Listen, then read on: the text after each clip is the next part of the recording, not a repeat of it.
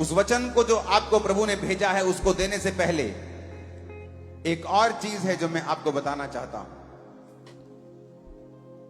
मत्ती 8 उसकी 16 आयत में लिखा है कि जब शाम हुई उसके बाद बहुत से लोगों को वो लाए जिनमें दुष्ट आत्माएं थी, और उसने उन आत्माओं को अपने वचन से निकाल दिया और सब बीमारों को चंगा किया। And when the evening came, they brought unto him many that were possessed with devils, and he cast out the spirits with his word and healed all that were sick.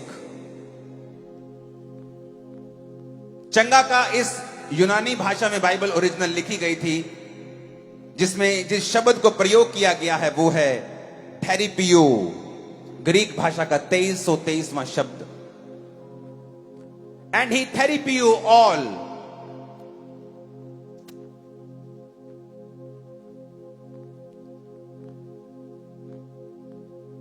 क्या ये स्क्रीन पे आ सकता है, मेरी सामने की screen के ऊपर?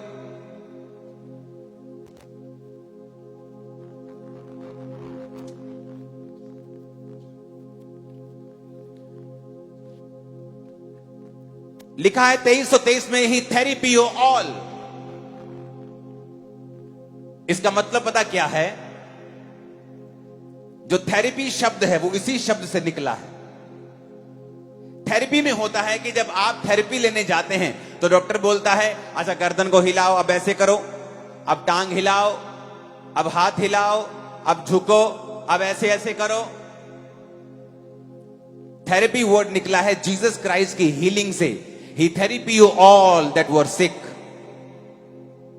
जब आप थेरेपी लेने जाते हैं तो सिर्फ डॉक्टर का काम नहीं होता, थेरेपी लेने वाले का भी कुछ काम होता है।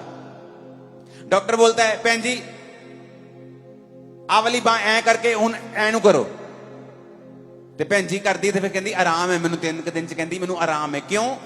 थेरेपी लई उन्हें। Jesus therapy you all that were sick. Jesus ने हील किया उनको जो बीमार थे। थेरेपी शब्द इसी शब्द से निकला है, क्योंकि यूनानी भाषा का जो ओरिजिनल बाइबल छपी है जिसमें यूनानी भाषा में, उसी भाषा से दुनिया की बहुत से वर्ड्स लिए गए हैं। तो बाइबल कहती है कि जब जीसस ने उनको थेरेपियो किया, मतलब जब यीशु मसीह सूखे हाथ वाले व्यक्ति के पास गए तो जीसस ने कहा अपना हाथ बढ़ा, और लिखा जब सूखे हाथ वाला व्यक्ति अपना हाथ बढ़ाने लगा उसका हाथ सीधा हो गया।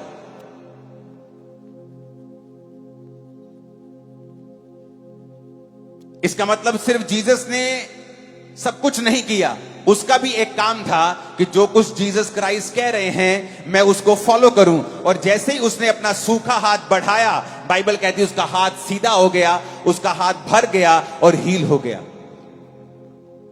आज जब आपके लिए प्रार्थना की जा रही है चंगाई के लिए, तो इस बात का ध्यान रखें जो पहले नहीं कर सकते थे आपको वो करना है, क्योंकि सब कुछ यीशु मसीह के ऊपर नहीं छोड़ना है।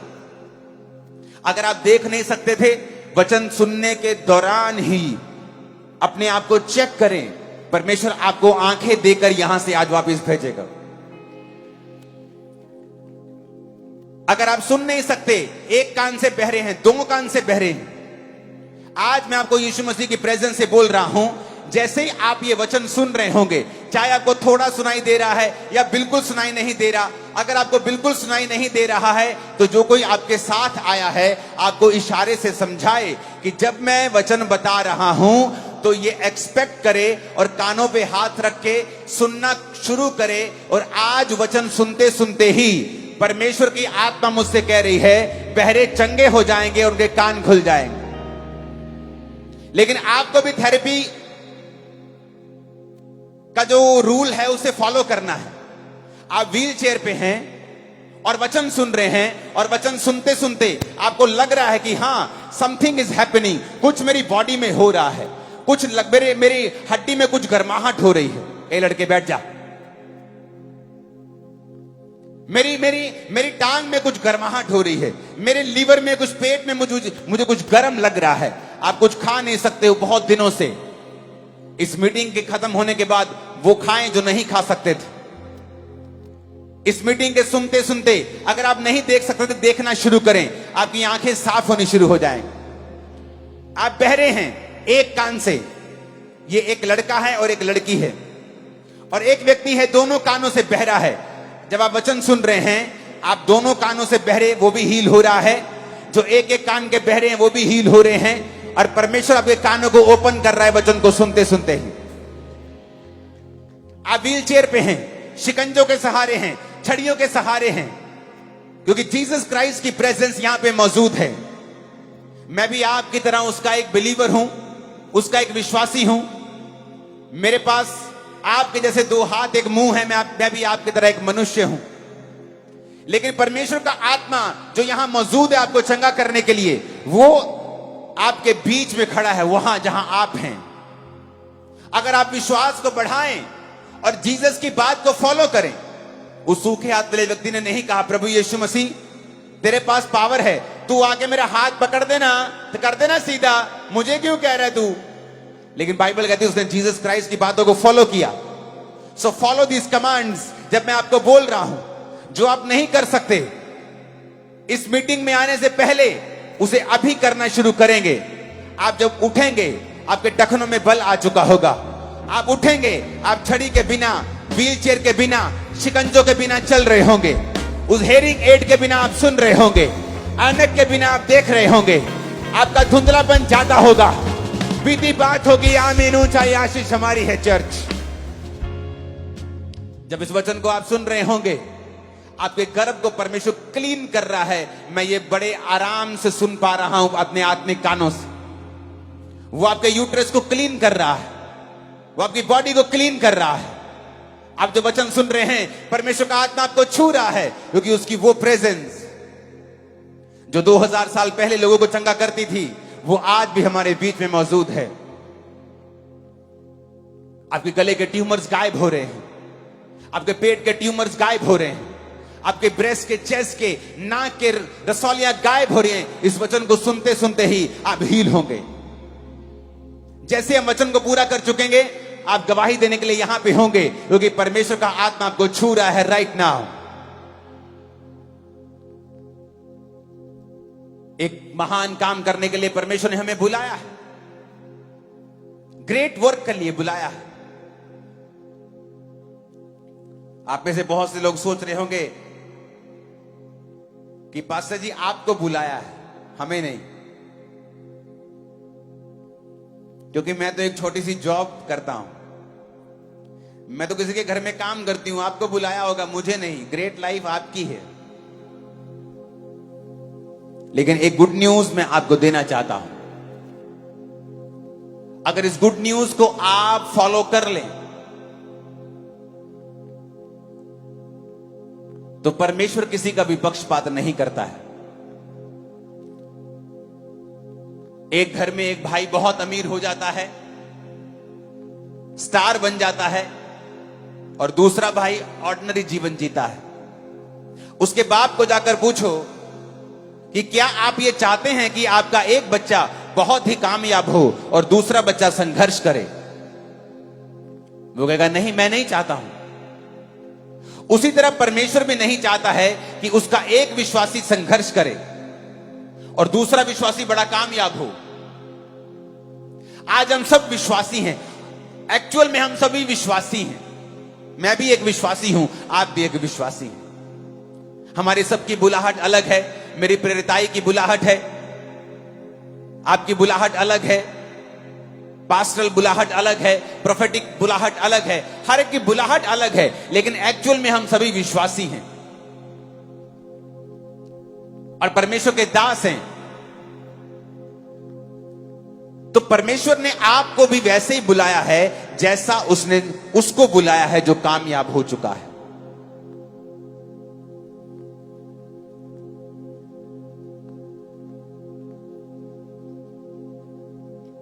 जिस तरह एक बाप नहीं चाहता उसका एक बेटा अत्यंत कामयाब हो और दूसरा बेटा कम कामयाब हो, वो नहीं चाहता है। परमेश्वर भी नहीं चाहता है कि उसका एक विश्वासी संघर्ष करे और दूसरा विश्वासी कामयाब हो। एक तो हर जाके हर महीने नई गवाही दे और दूसरा एक छोटी सी गवाही के लिए इंतजार करे। उत्पत्ति 12 उसकी 1 आयत में लिखा है, यहोवा ने अब्राम से कहा, अपने देश, अपने कुटुंबियों, अपने पिता के घर को छोड़कर उस देश में चला जा जो मैं तुझे दिखाऊंगा। मैं तुझसे एक बड़ी जाति बनाऊंगा, मैं तुझे आशीष दूंगा, तेरा नाम महान करूंगा, तू आशीष का मूल होगा। जो तुझे आशीर्वाद दें उन्हें मैं आशीष दूंगा, जो तुझे कोसें मैं उन्हें श्राप दूंगा। भूमंडल के सारे कुल तेरे द्वारा आशीष पाएंगे। जब अब्राहम को यह बुलाहट मिली वो 75 साल का था। जब परमेश्वर ने आदम को बनाया था तो उसकी उम्र पता नहीं कितने हजार साल थी, पर वो पाप कर बैठा और उसकी उम्र को परमेश्वर ने थोड़ा कर दिया और वो 1000 साल से कम जिया। कोई 930 साल, कोई 969 साल, सबसे ज्यादा जीने वाला मतुशले हनोक अगर आप देखेंगे तो कोई 950 साल, कोई 930 साल। लेकिन बाइबल कहती इंसान पाप करता गया और परमेश्वर उनकी उम्र को कम करता गया। फिर परमेश्वर ने नूह के समय में कहा अब इसकी उम्र मैं कम कर दूंगा और 120 वर्ष की कर दूंगा। और फिर धीरे धीरे इंसान की उम्र कम होने लगी। फिर वो 700 साल जीने लगा, फिर 600 साल जीने लगा, फिर 500, फिर 400। अब्राहम 200 साल के कम जिया क्योंकि उस समय उम्र कम होती रही थी। उस समय 75 साल भी बहुत बड़ी उम्र होती थी कि जब 75 साल का आदमी होता था तो वो एक तरह का बुढ़ापे में प्रवेश कर रहा होता था। एक बूढ़ा आदमी जो 75 साल का है और उसकी पत्नी जो बांझ है, और अब्राहम उस देश से आता था जहां के लोग पैरों की लकीरों को देखकर भविष्य बताते थे और अलग अलग तरह की मूर्तियों से वो वार्तालाप करते, उनको पूजा करते थे। और परमेश्वर ने कहा अब्राम अपने देश, कुटुंबी, अपने पिता के घर को छोड़ के आजा, मैं तुझसे एक बड़ी जाति बनाऊंगा। एक नॉन बिलीवर बैकग्राउंड का देश जिसमें वो रहता है, और परमेश्वर अपने जन को कह रहा है अब्राम मेरे पीछे आजा, मैं तुझसे एक बड़ी जाति बनाऊंगा। What a joke. जिसके घर में एक बच्चा नहीं हुआ, 75 साल हो गए उसके उम्र को, और परमेश्वर कह रहा है, और क्या कह रहा है, अपना देश भी छोड़, अपना कुटुंब छोड़, अपने परिवार का, पिता का घर छोड़ और मेरे पीछे आ जा।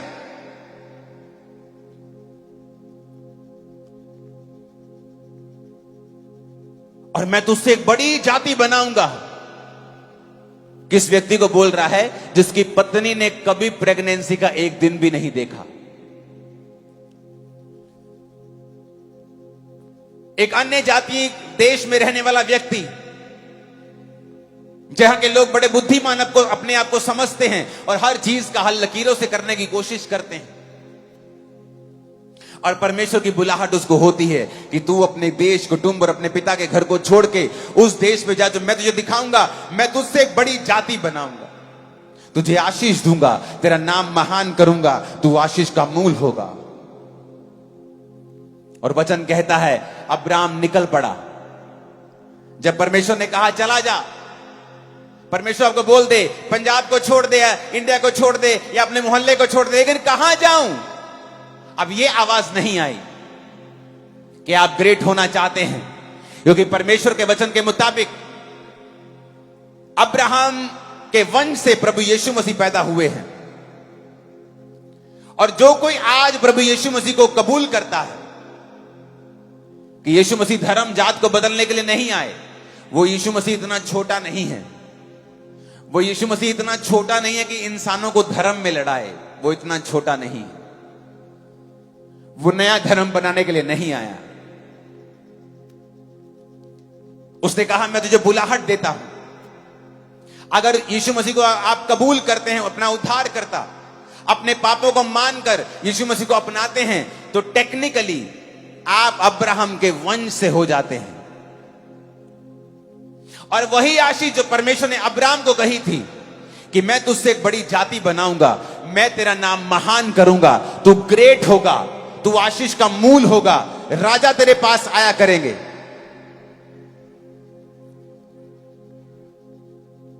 वो आपकी लाइफ में पूरा हो सकता है जो अब्राहम की लाइफ में हुआ। हो सकता है आज अब्राहम की तरह आप भी किसी कमी में हो और आपकी उम्र बहुत बड़ी हो गई हो और कोई आशीष ना हो।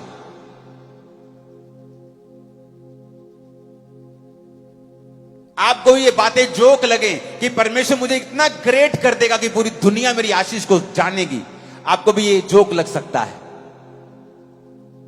आपको भी ये इम्पॉसिबल लग सकता है। लेकिन मेरे परमेश्वर की एक हॉबी है, इम्पॉसिबल टास्क को पॉसिबल करना। उसकी हॉबी है ये।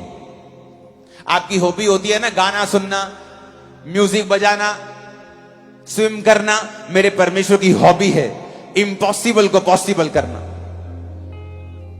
और बाइबल कहती है उस अब्राहम जो तब तक अब्राहम नहीं बना, अब्राम था, उसने परमेश्वर की आवाज को सुना और चल पड़ा।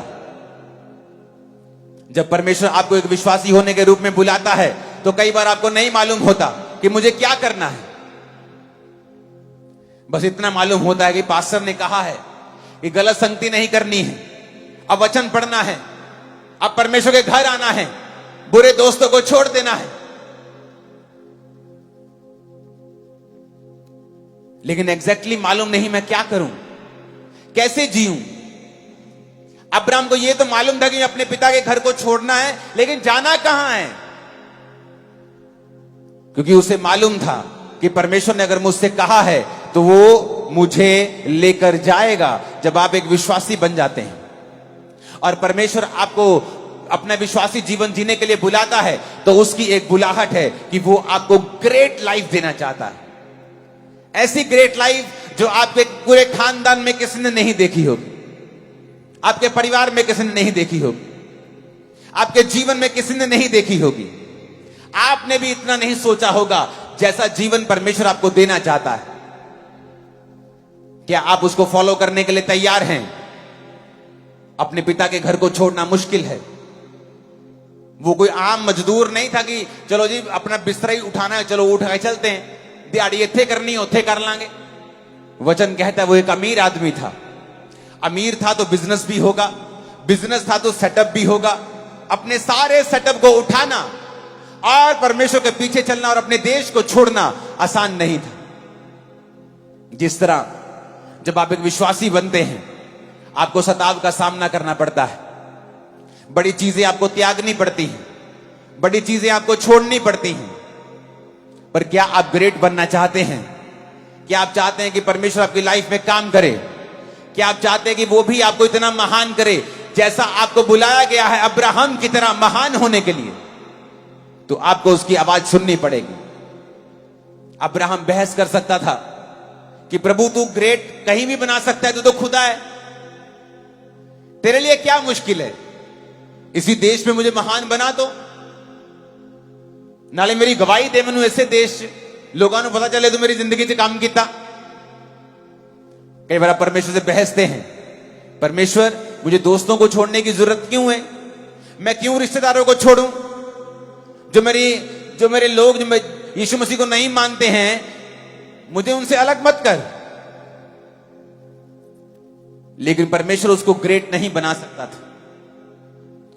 कई बार आप परमेश्वर की आवाज को सुन नहीं पाते हैं जब बहुत से नॉन बिलीवर्स दोस्त आपकी लाइफ में होते हैं। बहुत सी ऐसी चीजें जो बिब्लिकल नहीं हैं जब आपकी जिंदगी में होती हैं, परमेश्वर आपकी लाइफ में काम नहीं कर पाते हैं। जब कुम्हार घड़ा बनाता है तो वो मिट्टी से, उस मिट्टी को जो ग्राउंड में थी वो भी ग्राउंड की मिट्टी, पर अगर उसे घड़ा बनाना है, अलग बनाना है, तो उसे ग्राउंड से अलग करना पड़ता है। उसमें से वट्टे निकालने पड़ते हैं, अशुद्धियां निकालनी पड़ती हैं, घास फूस निकालना पड़ता है। जैसे जब परमेश्वर आपको दुनिया से अलग कर लेता है, फिर वो आपके अंदर से कमियां निकालता है। बेटा ये नहीं करना, ये नहीं करना, नशा नहीं करना है, ये नहीं खाना, ये नहीं पीना, वहां नहीं जाना। फिर वो आपको बैप्टाइज करता है। जिस तरह कुम्हार उस पानी के साथ मिट्टी को बैप्टाइज करता है, उसे बपतिस्मा देता है।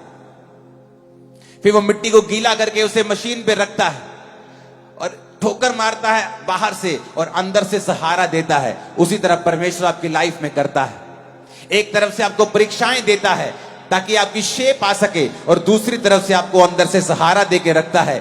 कोई परीक्षा ऐसी नहीं होगी जो सहने से बाहर होगी। फिर होता है, घड़ा बन के तैयार होता है, फिर आग की भट्टी में जाता है, परीक्षाओं में जाता है, फिर तैयार होता है बन के, और उस ग्राउंड की मिट्टी से अलग होता है, सुंदर होता है, बिल्कुल पूरी तरह से अलग होकर मालिक के मुंह में लगता है, काम आता है।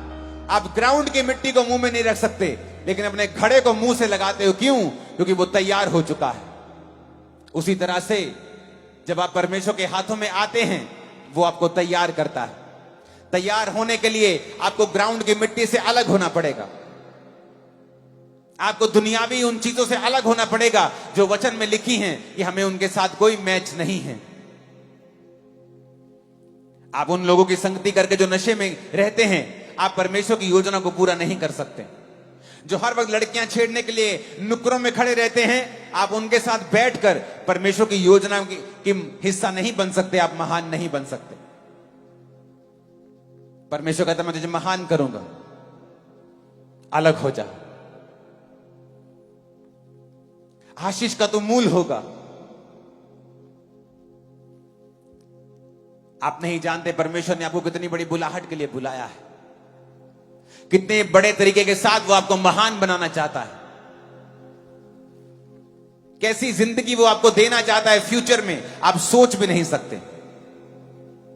लेकिन आपको उसे फॉलो करना पड़ेगा, आपको पूरे मन से उसको फॉलो करना पड़ेगा, अपना सब कुछ छोड़ के उसके पीछे चलना पड़ेगा। आपको आत्मा की बातों की ओर ध्यान देना पड़ेगा। जो संसार कहता है, शैतान कहता है, विरोधी कहते हैं, अपना मन उनसे अलग करना पड़ेगा।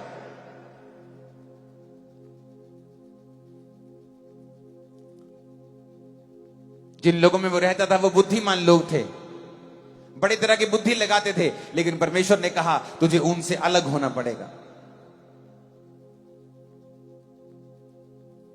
बाइबल कहती है अब्राहम के साथ लूत भी चला। अब्राहम लूत को लेके गया, अपने भाई के बेटे को साथ ले गया, लेकिन परमेश्वर ने उसे साथ ले जाने के लिए नहीं बोला था। कई बार आप गलत स्टेप लेते हैं और परमेश्वर को कुछ नहीं कहता, और धीरे धीरे आपको खुद प्रैक्टिकली मालूम होता है कि you took A wrong step, आपने गलत स्टेप ले लिया है। फिर उन दोनों में झगड़ा होने लगा उनके चरवाहों में, तो अब्राहम ने लूत को अलग किया। जैसे ही लूत को अलग किया, परमेश्वर ने कहा अब्राहम आई लव यू, चारों ओर देख अपने आसपास की भूमि को, जो तू देख रहा है मैं तुझे और तेरे वंश को दे दूंगा। आपको लगता है कई बार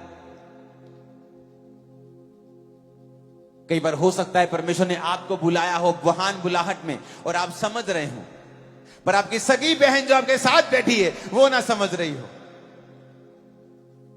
आपका सगा भाई नहीं समझ रहा, आपका बाप नहीं समझ रहा कई बार, और आप सोचते हैं मुझे इसको भी साथ लेके चलना है, और नहीं हो पाएगा।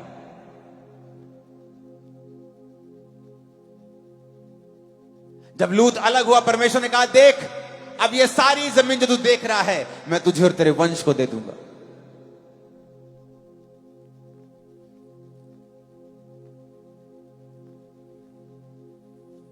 परदेशी होके रहा, एक महान बिजनेसमैन, वेल ब्लेस्ड बिजनेसमैन एक देश में परदेशी होके रह रहा है क्योंकि खुदा ने उसे कुछ कहा है। जब आप क्रिश्चियन बन जाते हैं तो लोग बोलते हैं आप बेवकूफ हैं, आपने धर्म त्याग दिया, आप मेंटल हैं, तू बेवकूफी कर रहा है, तो समाज तेरे को छोड़ देगा, रिश्तेदार छोड़ देंगे, तेरा पॉलिटिकल कैरियर खत्म हो जाएगा, तेरा बिजनेस खत्म हो जाएगा। और वचन कहता है जो तू मेरे लिए खोएगा मैं 100 गुना वापिस करूंगा। जिस दिन मैं परमेश्वर में आया, मेरी रोज की इनकम 1 लाख रुपया होगी, रोज की इनकम, सेल नहीं, मेरे बिजनेस की इनकम। और मैं भी प्रभु से कह सकता था कि मुझे इतना पैसा मैं कमाता हूं, मैं उस समय विश्वासी था कि मुझे बिलीवर रहने दे प्रभु, मैं चर्चिस में जाया करूंगा, फाइनेंशियली हेल्प किया करूंगा लोगों की। तब फॉरेन में लोग 1 लाख रुपए तब महीना कमाते थे, फॉरेन के लोग।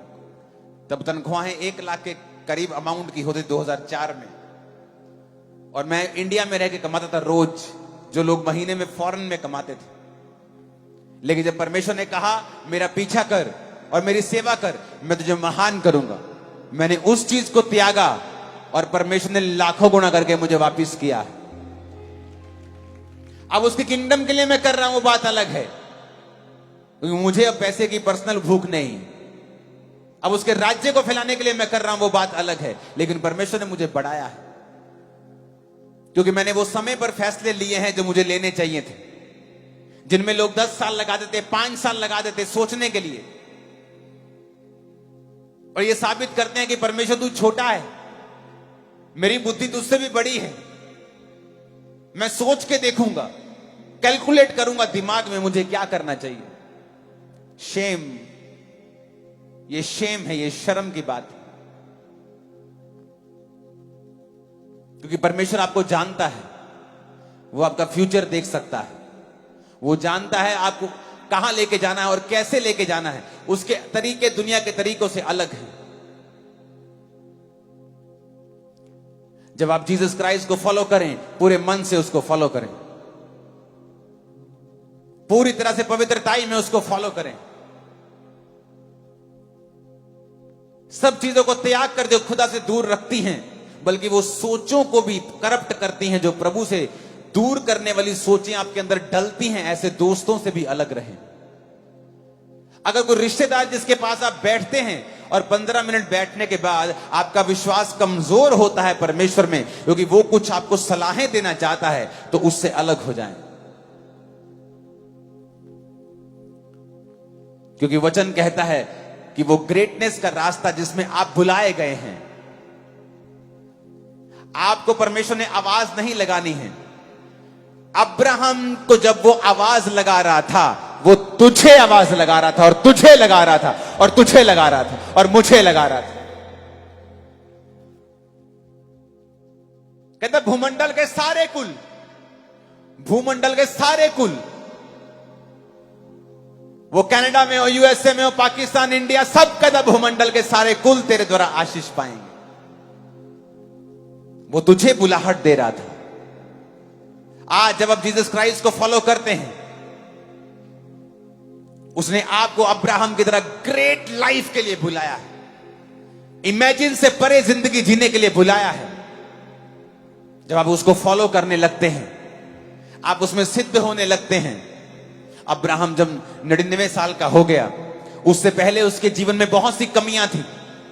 बाइबल कहती है उसके देश में जब अकाल पड़ा, वो मिस्र में गया और उसने अपनी पत्नी को बोला, ये मिस्री लोग मुझे मार के तुझे अपनी पत्नी बना लेंगे, तू झूठ बोल देना वहां पे तो तू मेरी पत्नी नहीं है। वहां पे उसको नुकसान उठाना पड़ा, अब्राहम को शर्मिंदा होना पड़ा मिस्र के राजा के सामने और उसकी पब्लिक के सामने, क्योंकि उसके राजा ने उसको बुलाकर कहा कि तूने हमसे झूठ क्यों बोला।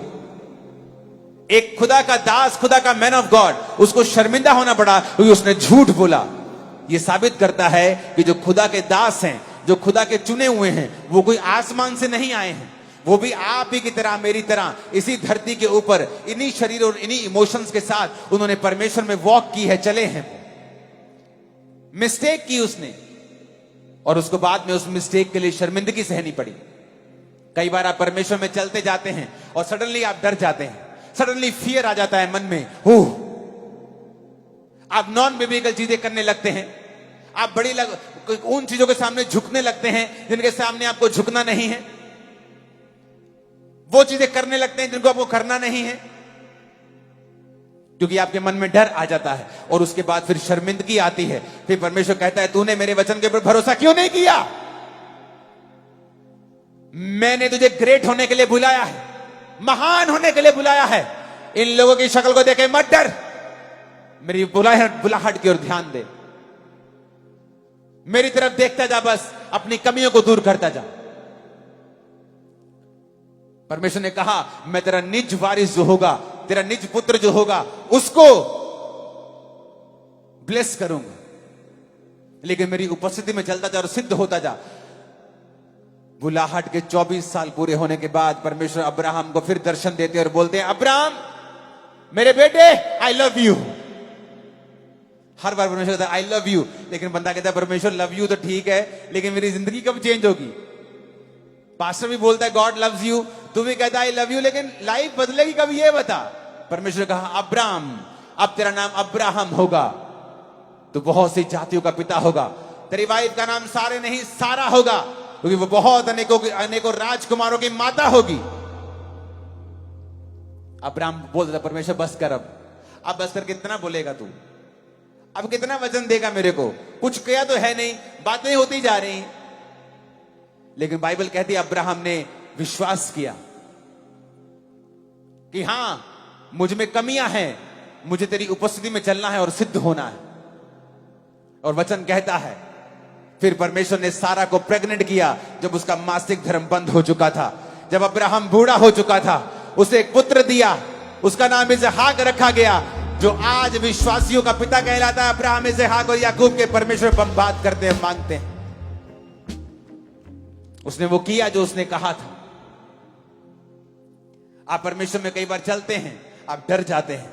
अब्राहम डर गया और मिस्र में जाके बोला अपनी पत्नी से, यहां पर मत बोलना तू मेरी पत्नी है। परमेश्वर ने कहा, तू क्यों डरा?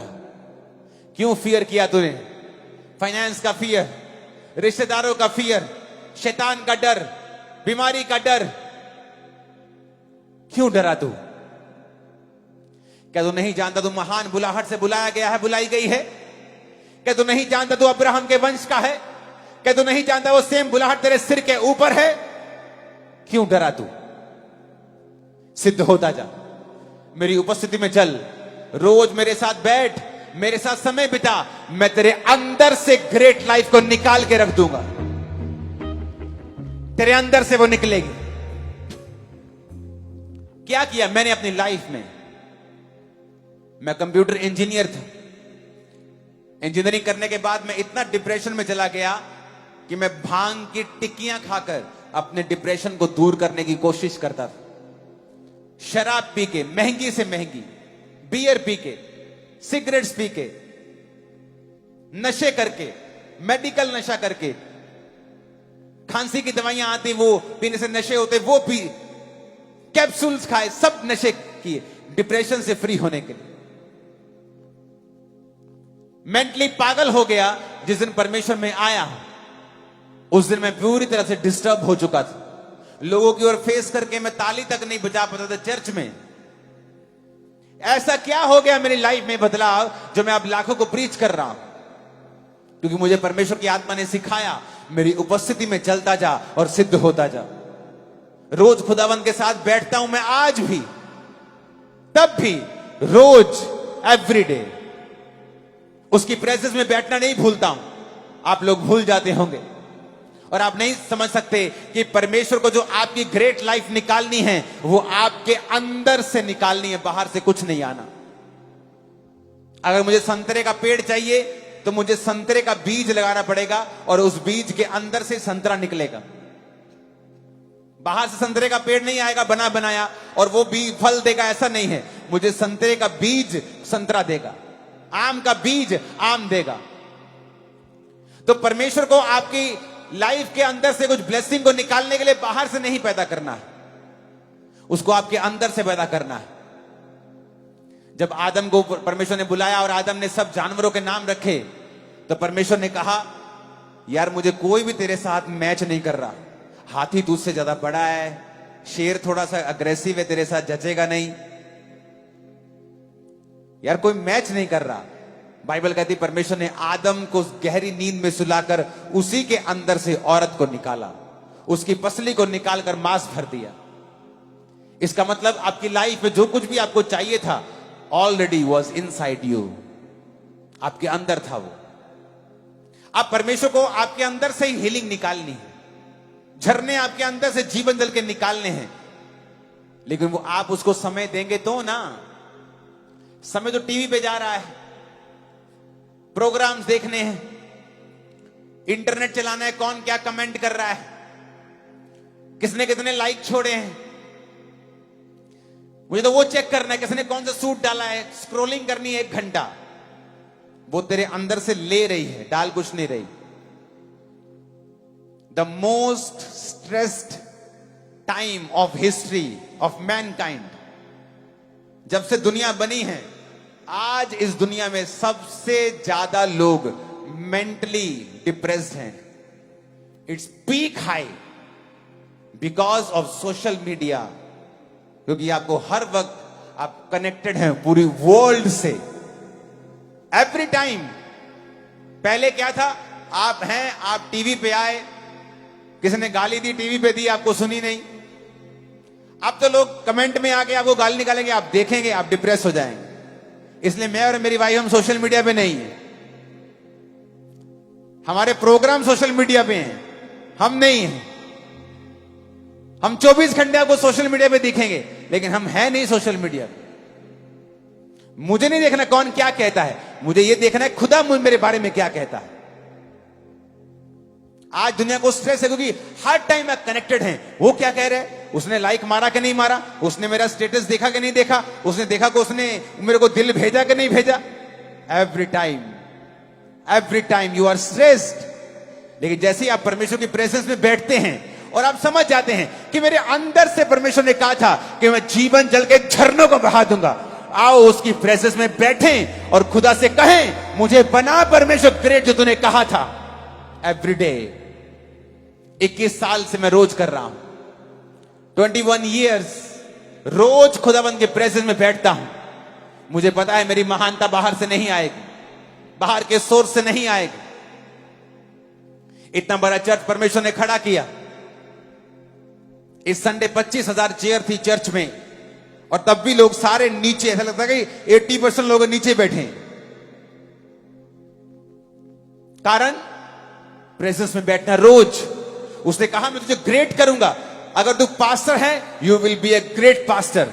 तू अपोस्टल है, you will be a great apostle. तू डॉक्टर है, तू इंजीनियर है, तू बिजनेसमैन है, you will be a great businessman and a great believer too. तू महान विश्वासी और महान काम करेगा। लेकिन उस महानता को निकालने के लिए मुझे रोज उसके पास बैठना पड़ेगा। फोन त्याग के, टीवी त्याग के उसके पास बैठना पड़ेगा कि परमेश्वर, ये भुलाहट मेरी थी और आप लेट कर रहे हैं उसको। आपने घर में फोन लाए, सिम लाए, और आपने फोन रख दिया और सिम रख दिया। आपने ना फोन ऑन किया ना सिम ऑन किया। आपकी बात नहीं होगी किसी से। वही हाल लोगों का है, अपनी बुलाहट को साइड पे रखा हुआ है और टीवी ऑन किया हुआ है। कई घरों में तो उनकी ड्योड़ी में, लॉबी में 20 आवर टीवी चलता है, 10 घंटे टीवी चलता है रोज।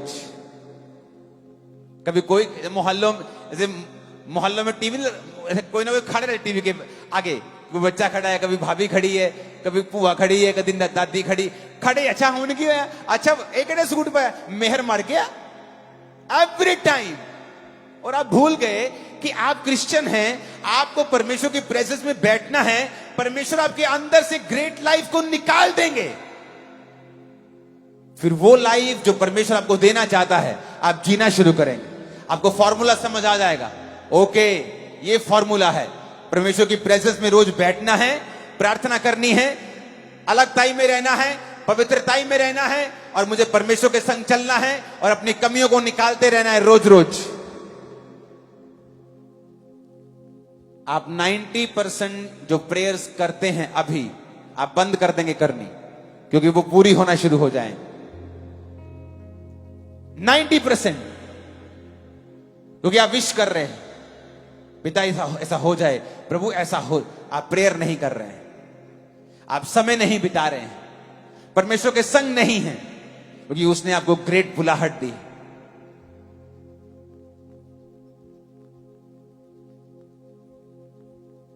आपको डरना नहीं है। अब्राहम डरा और शर्मिंदा हुआ। आपको पेशेंस भी रखना है कि 24 साल बाद भी परमेश्वर कह रहा है, बेटे सिद्ध हो जा। ठीक है प्रभु। और वचन कहता है कि 24 साल बाद उसे यकीन हो गया था कि अब मेरा बेटा नहीं होगा, तब भी वो खुदा के साथ वफादार था। आपको 2 साल पता लग जाएगा आपको हीलिंग नहीं होगी, आप चर्च जाना बंद कर देते हैं, आप फास्टिंग बंद कर देते हैं। लेकिन अब्राहम को मालूम था कि अब नहीं होगा। उसने प्रभु से कहा भी कि इश्माइल तेरी दृष्टि में बना रहे, जो कि एक दासी का बेटा था जो उससे हुआ था, क्योंकि उसे मालूम था कि अब नहीं होगा। पर फिर भी वो खुदा के साथ वफादार था। वफादारी इज नॉट एवरीबॉडी गेम। सब वफादार नहीं रह पाते हैं। अब वफादार है हीलिंग से, डिलीवरेंस से, बरकतों से। जब ये नहीं आती फिर अब वफादार नहीं। अलीशिबा बांझ थी, बुढ़ापे तक कोई बेटा नहीं, बच्चा नहीं था। उसका पति तभी भी उस लाइन में खड़ा था जहां चिट्ठी डलनी थी कि कौन आज परमेश्वर के घर में जाके सारे रीति रिवाज करेगा। बिना आशीष के वो वहां खड़ा था। वो सोचता मुझे क्या जरूरत है यहां खड़े होने की, सेवा करने की। मेरे घर में कौन सा परमेश्वर ने बच्चा दिया है। मैं जाऊंगा चर्च में, शर्मिंदा होऊंगा। लोग पूछेंगे हाँ जी आपकी उम्र जी 80 साल 90 साल हो गई, अभी तक नहीं हुआ ना, फिर चलो कोई गल नहीं यार, लोग मुझसे बात करेंगे, मैंने जाना नहीं परमेश्वर के घर में। पर वचन कहता वो वहां मौजूद था। वो चंगा करे ना करे वो आपका परमेश्वर है, ब्लेस करे ना करे वो आपका और मेरा परमेश्वर है। आमीन ऊंचे वाला चाहिए चर्च। वफादार था अब्राहम। ग्रेट बनना है तो सब कुछ छोड़ के उसके पीछे हो जाओ। ग्रेट बनना है, उसने तुम्हें भिखारियों वाली लाइफ नहीं दी। रोने के लिए नहीं बुलाया तुमको, डिप्रेस होने के लिए अपने पास नहीं बुलाया, संघर्ष करने के लिए बिल्कुल नहीं बुलाया उसने तुम्हें अपने पास। अगर तुम्हें ब्लेस लेनी है, ब्लेसिंग लेनी है, तो तुम्हें एक काम करना पड़ेगा, सब कुछ छोड़ के खुदा के पीछे होना पड़ेगा। अपनी बुद्धि का त्याग करके परमेश्वर की बुद्धि को अपनाना पड़ेगा। अपना दिमाग, अपनी सेंसेस घर पे रखे, आपको परमेश्वर के वचन के पीछे चलना पड़ेगा। कुछ समय तक आप नॉनसेंस लग सकते हैं, फिर आपको डरना नहीं जिस तरह अब्राहम डरा और फिर शर्मिंदा हुआ। फिर आपको सिद्ध होना है जिस तरह वो रोज परमेश्वर की उपस्थिति में प्रभु ने कहा चल और सिद्ध होता जा। रोज उसकी हुजूरी में बैठना है, रोज प्रार्थना करनी है, रोज बाइबल पढ़नी है, हर हफ्ते रोजा रखना है, वफादार रहना है। उस संगति का हिस्सा नहीं बनना है जहां पास्टरों की खिलाफत होती है। कोई पास्टर हो छोटा या बड़ा, परमेश्वर के राज्य में वो छोटा बड़ा गैदरिंग से नहीं होता है। हर दास खुदाबंद का आदर के योग्य है। जहां कोई भी दास हो उसके खिलाफ बातें हों। यहां तो कुछ ऐसे मूर्ख भी हैं जो पुलपट से दासों की खिलाफत कर जाते हैं, अपने आप को दास कहते हुए भी। एक असली दास ये काम नहीं करता है, क्योंकि उसे पता है वो अब्राहम के वंश का है। अगर तुम अब्राहम के वंश को कोसोगे तो बाइबल कहती तुम पर श्राप आएंगे। अब्राहम ने गलती की और उसने डर के झूठ बोला। तुमको उसका न्याय करने के लिए नहीं बोला, परमेश्वर उसका न्याय अपने आप कर देगा। वो अब्राहम को अपने आप सीधा कर देगा, लेकिन तुमको उसका न्याय करने के लिए नहीं बोला। मूसा ने गलती की, वचन कहता है, और मरियम और हारून को परमेश्वर ने कोड़ी कर दिया। उसने कहा उसने गलती की, मैं सीधा करूंगा, तुम्हारा काम नहीं बोलने का। जबकि वो भी प्रॉफिट्स थे, वो भी नबिया थी, हारून एक नबी था। क्योंकि विश्वासियों का हमारा काम नहीं है एक दूसरे की खिलाफत करना, हमारा काम है अपनी बुलाहट की ओर ध्यान देना। मूर्ख लोगों का काम होता है कि दूसरे की थाली में क्या है, अपनी थाली बेहतर कर। मूर्ख अपनी थाली, अपने आप को बेहतर कर, दूसरों पर ध्यान देना बंद कर दे। अपने आप को बेहतर कर, अपनी बुलाहट पे ध्यान दे। परमेश्वर ने तुम्हें ग्रेट होने के लिए बुलाया है, एक ऑर्डिनरी लाइफ के लिए नहीं बुलाया है।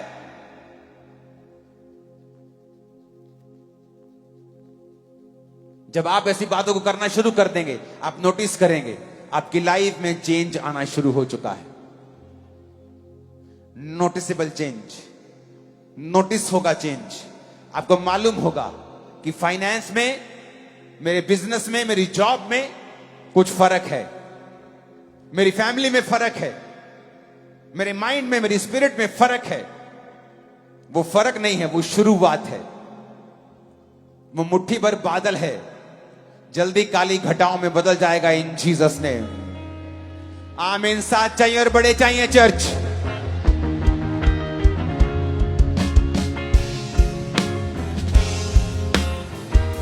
ऊंची आवाज में आमीन चाहिए, ऊंची ऊंची ऊंची।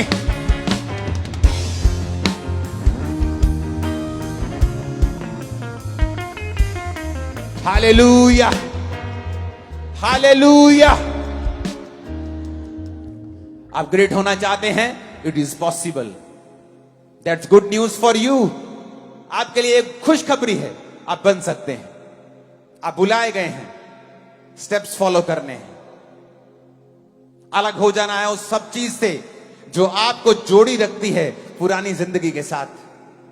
वो लोग हो सकते हैं, आदतें हो सकती हैं, पाप हो सकता है, उसे त्यागना है, परमेश्वर का पीछा करना है, चलना है वचन के साथ। सेंस कुछ कहे, लोग कुछ कहें, वही करना है जो वचन कहता है, जो कुछ समय के लिए नॉनसेंस लग सकता है।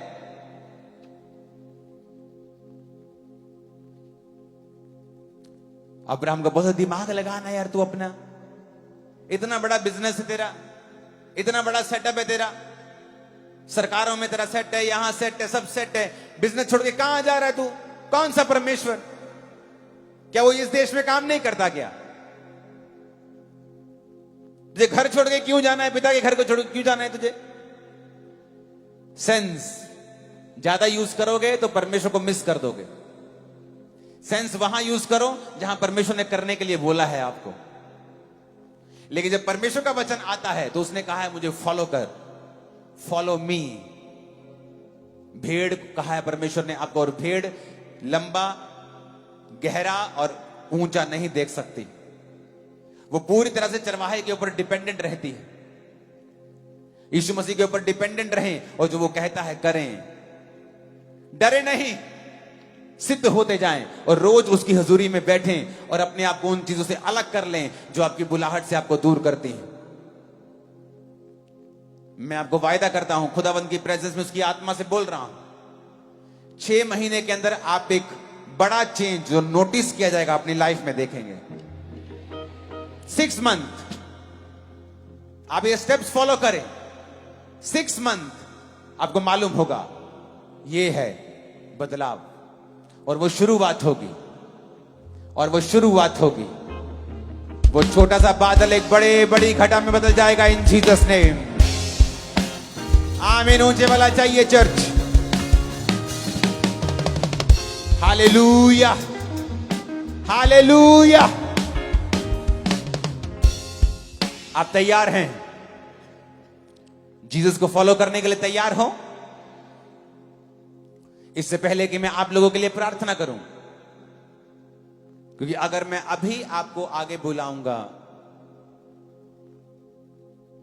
तौबा की प्रार्थना के लिए, तो आधा किलोमीटर लंबा पंडाल है, हम आधा पौना घंटा लगा देंगे इसमें। लेकिन मुझे प्रार्थना अभी करनी है। लेकिन जहां भी आप हैं, आप वहीं बैठकर घुटने टेक कर प्रार्थना करेंगे मेरे साथ। अगर आप प्रभु से दूर हैं, क्रिश्चियन होने के बावजूद भी, आप कभी चर्च में नहीं गए, आप पहली बार सुन रहे हैं, आप भी अपने घुटनों के बाहर आ जाओ। मैं आपको बुलाहट नहीं दे रहा हूं, आज परमेश्वर आपको बुलाहट दे रहे हैं। बाकी सब लोग अपने घुटनों पर नहीं, अपने हाथों को उठाकर इन सब लोगों के लिए प्रार्थना करेंगे।